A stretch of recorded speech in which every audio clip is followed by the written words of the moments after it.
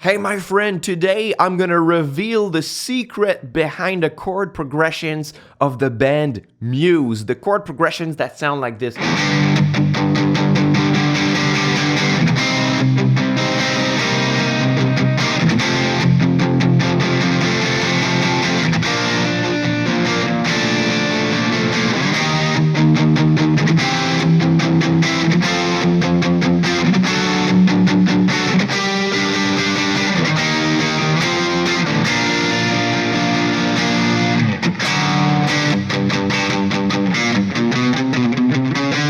Okay, you know, these kinds of chord progressions. So this was the song Unnatural selection, and I'm gonna show you exactly what are those little chords like this.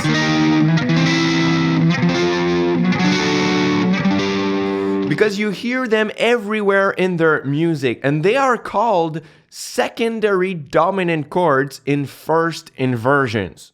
What? What is this music theory jargon? I'm gonna explain everything here. So first of all, before we can understand what are secondary dominants, we have to understand what are dominant chords. So the dominant chord is a chord that is gonna be made a perfect fifth above your root chord and is going to create the tension so that you can come back and resolve on the root chord so that your key feels like home, your root chord feels like home.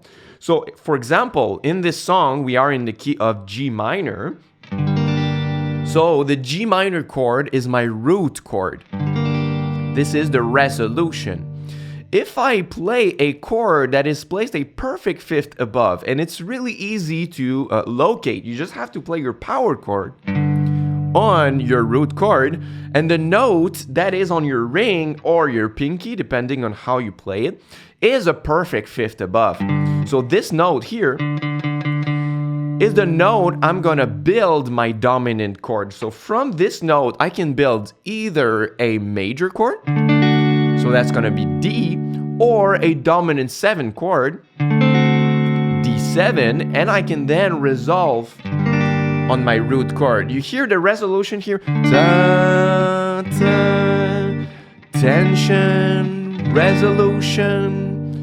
And we really feel like home, and it solidifies that we are in the key of G minor. So in a nutshell, this is what the dominant chord is. But now we're gonna create secondary dominant chords. It means that we are gonna recreate the same tension and resolution, but on a different chord than our root chord. So let's say that I have a simple chord progression like this: G minor, which is my root chord, and D minor, which is my 5 chord.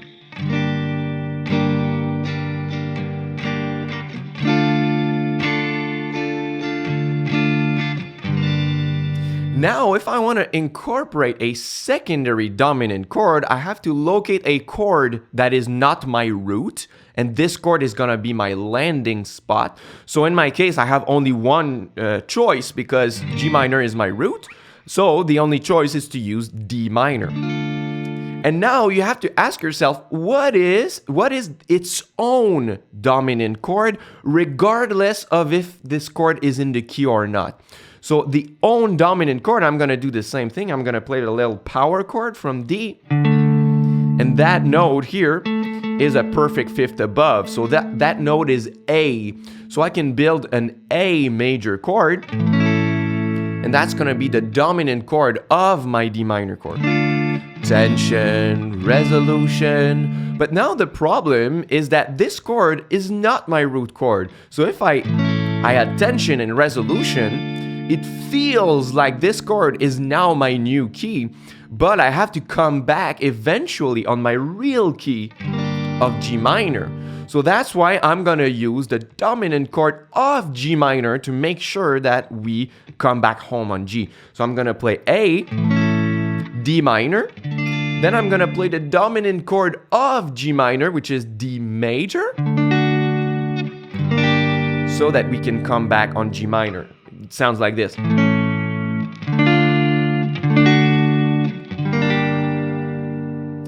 But now the problem and a reason why Muse don't like to use exactly this is that it doesn't sound really strong to have two chords on the same fundamental note. So in our case, we have D minor followed by D major exactly after it.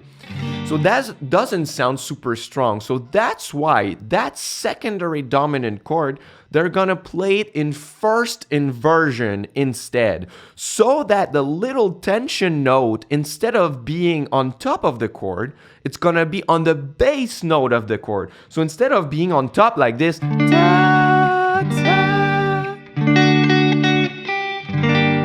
that's gonna be at the bottom on the bass note. So now it sounds much stronger because we don't stay on the same chord. So I could have something like this.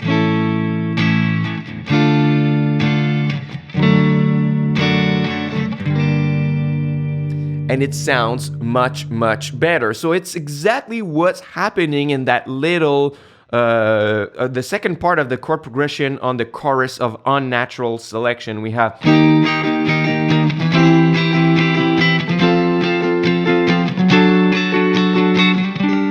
First of all, it's super cool because when you use secondary dominant chords on first inversions, you have more chromaticism, more chromatic notes on your bass note. It does dun, dun, dun, dun, dun. You basically play the whole chromatic scale.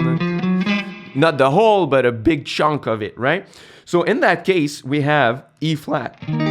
And the next chord is supposed to be F, but they decided to find its own secondary dominant chord, which is C, but instead they play it in first inversion, so they're gonna play it like this. So this is one of the shapes that you're gonna use often if you want to recreate the same kind of movement, like this.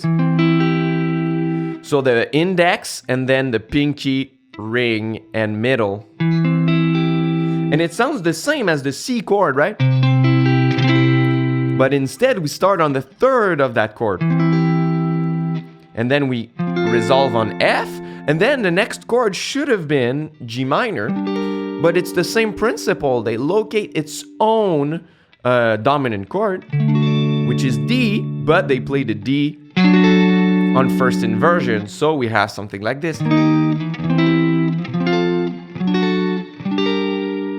Da, da, da. And then at the end, they even do da, da. So this is the second shape that you need. So let's say that you want to play your secondary dominant chord in first inversion, but not from the fifth string like this, right? Because now we are stuck on using the fifth string. So if you want the shape from the sixth string, it's going to be played like this. So basically, it's the shape of a C chord. But you bar the whole fretboard with your index like this, and you have your first inversion here. So in that case, that's a D chord on a bass of F sharp, and we resolve on G minor. Da, da, da, da. And if you want the same thing from the fifth string, that's gonna be like this. Da, da, da. So if you use only those two shapes like this one and this one, you can pretty much play any secondary dominant chord that you want anywhere, as long as your target chord is not the root chord. It can be the root chord, but it's at the end of your progression before you come back to the top of your chord progression. So for example, in the song Unnatural selection, again, on the bridge, they do it again. There's a little bass line that goes like this.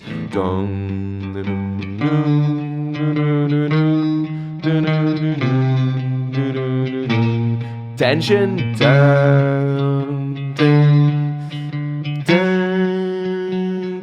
So there are two secondary dominant chords here, or two dominant chords, because one is the real dominant.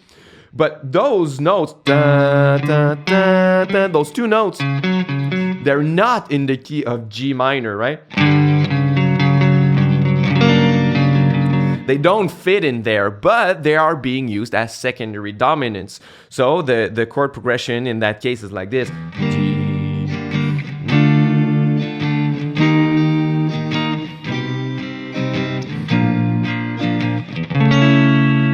A major on a bass of C sharp, which is the 5 chord of the 5 chord, and then the real 5 chord.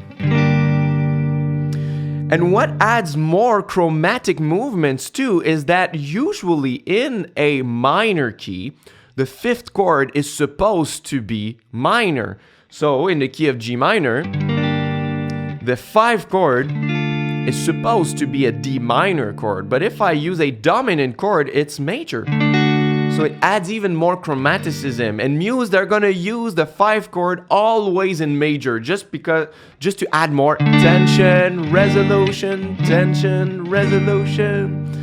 So if you hear, I mean, almost all songs in the discography of Muse use these kinds of movements. For example, the song Butterflies and Hurricanes, you're gonna have something like this.